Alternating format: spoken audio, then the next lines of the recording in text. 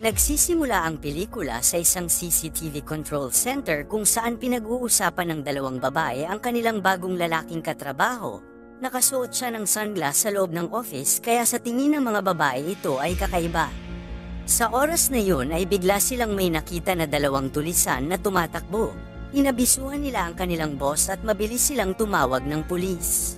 Sinusubaybayan nilang lahat sa opisina ang mga magnanakaw sa pamamagitan ng mga kamera ngunit nawala ang mga ito sa kanilang paningin. Nang magsimula silang mawala ng pag-asa ay ipinakita sa kanila ng bagong empleyado ang isang clip ng mga magnanakaw na nagtatago sa isang eskinita. Dahil sa kanyang tulong ay agad silang nahuli ng mga pulis. Ang pangalan ng bagong empleyado ay Yo Jang-bu at mayroon siyang isang bihirang genetic na kondisyon na may kakayahang makita ang lahat ng pangyayari ng slow motion. Gamit ang kanyang kakayahan ay nakita niya kung saan nagpunta ang mga magnanakaw kahit mabilis ang takbo ng mga ito. Noong grade 5 si Jang-bu ay nakibahagi siya sa isang race kasama ang kanyang childhood crush na si Bong Sumi, at yun ang unang beses niyang nakita ang mga bagay ng slow motion. Dinala siya ng kanyang mga magulang kay Dr. Sok na nagdiagnose sa kanya na may dynamic visual acuity siya, isang pambihirang sakit na nagbibigay daan sa kanya upang makita ang magagandang detalye sa isang gumagalaw na bagay na hindi nakikita ng mga ordinaryong tao. Upang patunayan na si Jang-bu ay may sakit, ang doktor ay naghagis ng baseball sa kanya na madali niyang nasalo. Pinayuhan din siya ng doktor na magsuot palagi ng sunglass para siya ay maging komportable. Matapos masuri si Jang-bu, lumipad ang kanyang ama sa ibang bansa upang kumita ng pera para sa kanyang pagpapagamot. Si Jang-bu ay naiwan sa bahay kasama ang kanyang ina at nakababatang kapatid na babae. Sa tingin niya ang kapansanan na ito ay isang pagpapala at isang sumpa sa parehong oras. Bagamat nakikita niyang tinataas ng hangin ang palda ng mga babae ng slow motion, nabubuli siya sa paaralan dahil sa kanyang sunglass. Ang tanging kaibigan niya noon ay si Sumi na sinimulan na niyang mahalin, ngunit sa paglipas ng panahon si Sumi ay binubuli na din ng husto dahil sa pakikipagkaibigan sa kanya kaya iniwan din siya nito. Kasunod nito ay hindi na kailanman nagkaroon ng kaibigan si Jang-bu. Gusto niyang tuluyang mawala ang kanyang paningin kaya palagi siyang nanonood ng TV. Ngunit hindi naman lumala ang kanyang paningin kundi nagkaroon siya ng pagkahumaling sa mga K-drama. Natutunan niya ang lahat ng kasanayang panlipunan mula sa mga artista sa drama ngunit hindi siya lumalabas ng bahay upang masanay ang kanyang sarili sa mga ito. Tumanggi ang kanyang ama na bumalik sa Korea kahit na sa panahon ng bakasyon upang makatipid. Ngunit nasayang ang lahat ng isang araw ay namatay siya dahil sa isang aksidente sa lugar ng trabaho. Kasunod ng pagkamatay, ang tanging taong naging malapit kay Jang-bu ay si Dr. Sok. Pinayuhan niya siyang tingnan ng mundo sa labas ng kanyang silid at tulungan ang kanyang pamilya sa pera, kaya naman nagsimula siyang magtrabaho sa CCTV Control Center. Sa isang monologue ay sinabi niyang mahilig siyang manood ng mga tao na nasa screen dahil nagpapaalala ito sa kanya ng mga drama. Ang pinagkaiba nga lang sa dramang ito ang lahat ay bida. Ang kanyang katrabaho na si Bae Ong-jo ay nakikipag-usap sa kanilang boss tungkol sa pag-uugali ni Jang-bu, na sinasabing siya ay isang introvert at hindi nakikipag-usap sa sinuman kaya naman nangako siya ang bahala sa lalaki dahil may angkin siyang talento. Umupo si Bae Ong-jo sa tabi ni Jang-bu sa trabaho at sinusubukan siyang kausapin gayunpaman, sinasagot lang ng mahiyain na si Jang-bu ang lahat ng tanong niya sa kanyang isipan at hindi siya mismo kinakausap. Habang sinusubaybayan ng mga kamera, tila binibilang niya kung ilang hakbang ang gagawin ng mga tao para marating ang isang lugar. Iniisip ni Bae Ong-jo na kakaiba ito ngunit hindi siya nagtatanong. Sa pagtatangkang makihalubilo sa kanya ay tinanong siya ni Bae Ong-jo kung mayroon siyang kasintahan. Dahil dito ay naalala ni Jang-bu si Sumi, kaya pumunta siya sa kanyang bahay kinabukasan. Si Sumi ay lumaki bilang isang magandang babae ngunit may mga isyu sa pananalapi, kaya naman sinasabihan siya ng naniningil ng kanyang utang na ibenta ang kanyang bahay para mabayaran ang kanyang mga utang. Pinagmamasdan lang siya ni Jang-bu mula sa malayo dahil natatakot siyang makipag-usap sa kanya. Simula sa araw na yon, araw-araw niya itong pinapanood sa pamamagitan ng mga CCTV camera at nakabisado ang kanyang pang-araw-araw na gawain. Sa gabi ay umiinom siya ng soda sa harap ng isang coffee shop, kaya ganoon din ang ginagawa niya. Nakita niya itong nakatingin sa isang lumang sofa na nasa daan kaya dinala niya ito sa harap ng coffee shop kinabukasan. Napansin ni Sumi ang sofa ngunit hindi niya ito masyadong pinansin. Kinabukasan ay natigil siya sa hintuan ng bus dahil sa malakas na ulan. Nakita ito ni Jang-bo sa monitor kaya lumabas siya upang tumulong at tinulungan din siya ni Baeong-jo. Pinayungan niya siya tulad ng sa mga K-drama ngunit tinawag siya ni Sumi na nakakakilabot sa kalumayo. Kasunod nito ay pumunta ang dalawa kay Dr. Sok upang magtanong ng mga paraan upang mapabilib ni Jang-bo si Sumi at iminungkahi niya kay Jang-bo na bigyan siya ng mga bulaklak. Na-late na si Sumi sa kanyang musical drama audition kinabukasan, kaya naman tinawagan niya ang manager at nagsimulang kumanta sa gitna ng kalsada bilang kanyang audition. Habang kumakanta siya ng napakagandang kanta, ang mga dumadaan ay pinagmamasdan siya ng may paghanga.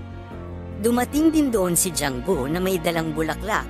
Binigay niya sa kanya ang bulaklak pagkatapos ng kanyang pag-awit ngunit hindi ito nagustuhan ni Sumi.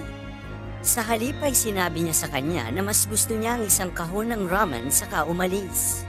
Tinawag ni Jang-bo ang kanyang pangalan at sa wakas ay ipinakilala ang kanyang sarili bilang ang kanyang matalik na kaibigan noong bata pa siya.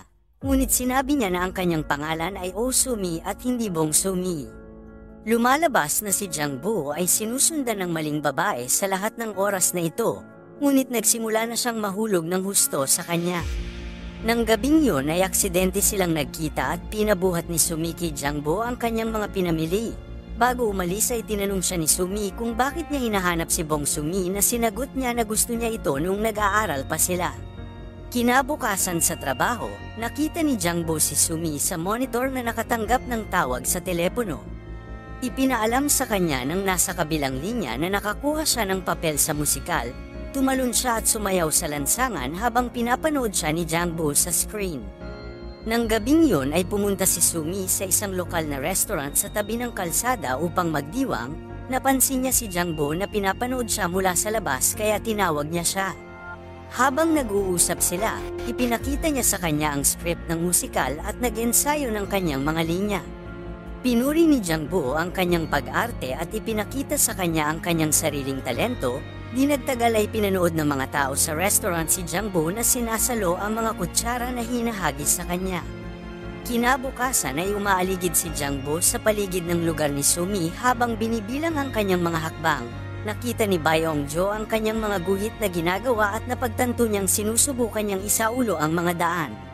Habang pauwi ay nakita ni Sumi si Jang-bo na naghihintay sa kanya. Magkasama silang naglakad at nag-usap tungkol sa ilang bagay. Tinanong niya kung ano ang trabaho niya, at doon ay nalaman niyang nagtatrabaho siya sa CCTV center at pinapanood ang mga tao buong araw. Huminto sila sa harap ng kafe na laging tinititigan ni Sumi. Ibinunyag niya na gusto niya ang may-ari ng kafe at ipinagmamalaki ang tungkol sa pagkakaroon nito ng kotse. Ang nagseselos na si Jang-bo ay tinitigan ng may-ari ng matagal, at maya-maya ay napagpasyahan niyang isasakay si Sumi sa isang kotse para mapabilib ito. Tinatanong niya ang lahat sa trabaho kung mayroon silang kotse sa pag-asa na mahiram ito, gayunpaman, wala sa kanila ang nagmamay-ari nito. Habang pauwi, si Sumi ay nilapitan ng naniningil ng utang. Sinimulan niya siyang sigawan at pagbantaan na sasaktan siya kapag hindi niya ibinalik ang pera. Dumating doon sina Jang-bo at Baeong-jo sa tamang oras at iniligtas siya mula sa lalaki. Nang bumalik si Jang-bo sa trabaho, sumigaw si Sumi ng pasasalamat sa isa sa mga kamera dahil alam niyang nanonood siya dito. Sa pagtatapos ng araw, nagkita sila sa isang parke at nag-usap ng matagal. Tinanong siya ni Jang-bo kung ano ang gagawin niya kung magkakaroon siya ng kotse, kung saan sumagot si Sumi na magmamaneho papunta sa dagat araw-araw. Dahil hindi siya makakuha ng kotse, nakipagkaibigan si Jang-bo sa lokal na driver ng bus sa pamamagitan ng pagsakay sa kanyang bus at paglalakbay kasama niya buong araw. Pinapanood niya ang driver na naglalaro ng baseball mag-isa sa gabi sa pamamagitan ng mga kamera, at sa pagtatapos ng araw ay sinamahan siya ni Jang-bo para sa isang laro at humingi sa kanya ng pabor. Si Jang-bo, Baeong-jo kasama ang driver ng bus ay sinundo si Sumi mula sa bus stop kinabukasan at pumunta sa Busan upang bisitahin ang dagat. Nang makita ang kanyang mga pagsisikap na mapasaya siya, nagsimulang magkagusto si Sumi kay Jang-bo, gayunpaman, ang kanilang bus ay pinahinto ng mga pulis sa hangganan na hindi pinapayagan ng lokal na bus ng distrito na pumasok sa kabilang distrito. Ang nagagalit na si Sumi ay sinubukan na labanan ng pulis habang si Bae-ong-jo ay inaawat siya. Walang nangyari sa kanilang pagsisikap dahil sa pagtatapos ng araw ay kailangan nilang umuwi nang hindi nakakarating sa dagat. Samantala, sinabi sa kanila ng kanilang boss ang tungkol sa mga kamakailang kaso ng mga babaeng dinudukot sa paligid ng bayan at hiniling sa kanila na maging alerto sa lahat ng oras. Sa sandaling yun ay napansin ni Jangbo si Sumi sa isang monitor ngunit siya ay nawala kaagad pagkatapos. Nawala siya sa sarili at nagmamadaling lumabas para tingnan kung okay lang siya. Doon ay nalaman niyang sinusubukan lamang siya ni Sumi kung darating siya. Tinanggal ni Sumi ang kanyang salamin sa unang pagkakataon at sa wakas ay nagsalo sa isang matamis na halik ang dalawa. Pagkatapos ay hinatid ni Jangbo si Sumi at niyaya naman siya nito na pumasok. Gayunpaman, nasira ang kanilang mga plano nang mapansin ni Sumi ang nangongolekta ng utang sa kanyang bahay. Itinapon nila ang kanyang mga gamit at pinagbantaan kung hindi ibabalik ang pera.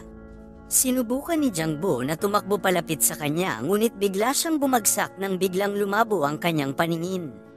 Pagkaalis ng mga lalaki ay umupo sina Jangbo at Sumi para mag-usap at sa tambak ng mga bagay na itinapon ng mga kolektor ay nandoon ang mga guhit na ginawa ni Jangbo para kay Sumi nung sila ay nag-aaral pa. Inihayag ni Sumi na nagsinungaling siya sa kanya tungkol sa pagiging ibang babae dahil ayaw niyang may kumpara siya sa kanyang mas batang sarili. Tahimik lang si Jangbo sa buong oras habang tinitingnan ni Sumi ang mga guhit ng nakangiti.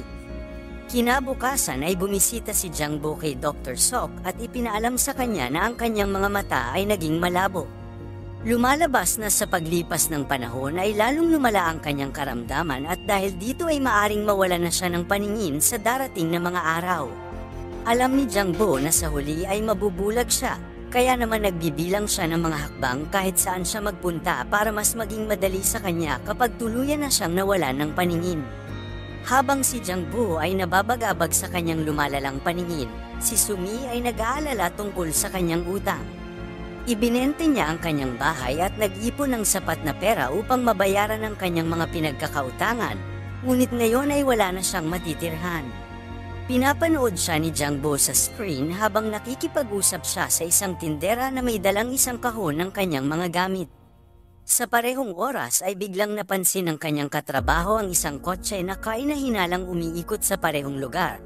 Tinitigan niyang mabuti ang plate number nito at napansin niyang pagmamayari ito ng isang kidnapper na nakatakas. Inaabisuhan niya ang kanilang boss tungkol dito at ipinaalam kaagad sa pulis. Gayunpaman, nawala sa paningin nila ang kotse at kasabay nito ay nawala sa paningin ni Jangbo si Sumi.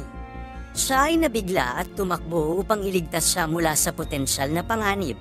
Ngunit sa kanyang paglalakbay ay tuluyan siyang nawala ng paningin at bumangga ang kanyang bisikleta. Napansin ito ni Bae-ong-jo sa pamamagitan ng mga kamera at lumabas upang tulungan siya. Si Sumi naman ay nilapitan ng isang lalaki na humawak sa braso niya. Ngunit bago niya siya makuha ay nagsimulang tumakbo si Jangbo patungo sa kanila. Tumakas ang kidnapper ngunit muntik nang mabangga si Jangbo ng isang bus. Dumating ang mga pulis at dinala nila si Sumi para sa interogasyon. Ngayon si Jangbo ay naiwan ng mag-isa sa lansangan kaya tinulungan siya ni Bae-ong-jo. Umiiyak siya habang hawak ng kanyang kaibigan, masama ang loob sa pagkawala ng kanyang paningin. Ilang araw na ang lumipas mula nang mangyari ang insidente, si Sumi ay naging abala sa kanyang buhay at hindi na nakikipag-ugnayan kay Jangbo ngunit madalas siyang tumitingin sa mga CCTV camera kapag namimiss niya ito. Pagkalipas ng ilang buwan, napansin niya si Jangbo sa loob ng kanyang paboritong kafe. Masaya siyang lumapit sa kanya at itinaas ang kanyang kamay ngunit laking gulat niya nang ilabas ni Jangbo ang kanyang tungkod at naglakad papunta sa kabilang direksyon. Sinundan niya siya sa paligid ng bayan at sa wakas ay nakarating sa isang art gallery na puno ng mga painting niya na iginuhit ni Jangbo. Sa isang monologo ay sinabi ni Jangbo na nawalan siya ng paningin ngunit naaalala pa rin niya ito. Kinabukasan ay muli siyang sinundan ni Sumi ngunit sa pagkakataong ito ay tinanong niya siya kung saan niya gustong pumunta. Doon ay napagtanto niya na nararamdaman niya ang presensya niya at natapos ang pelikula ng magyakap ang dalawa.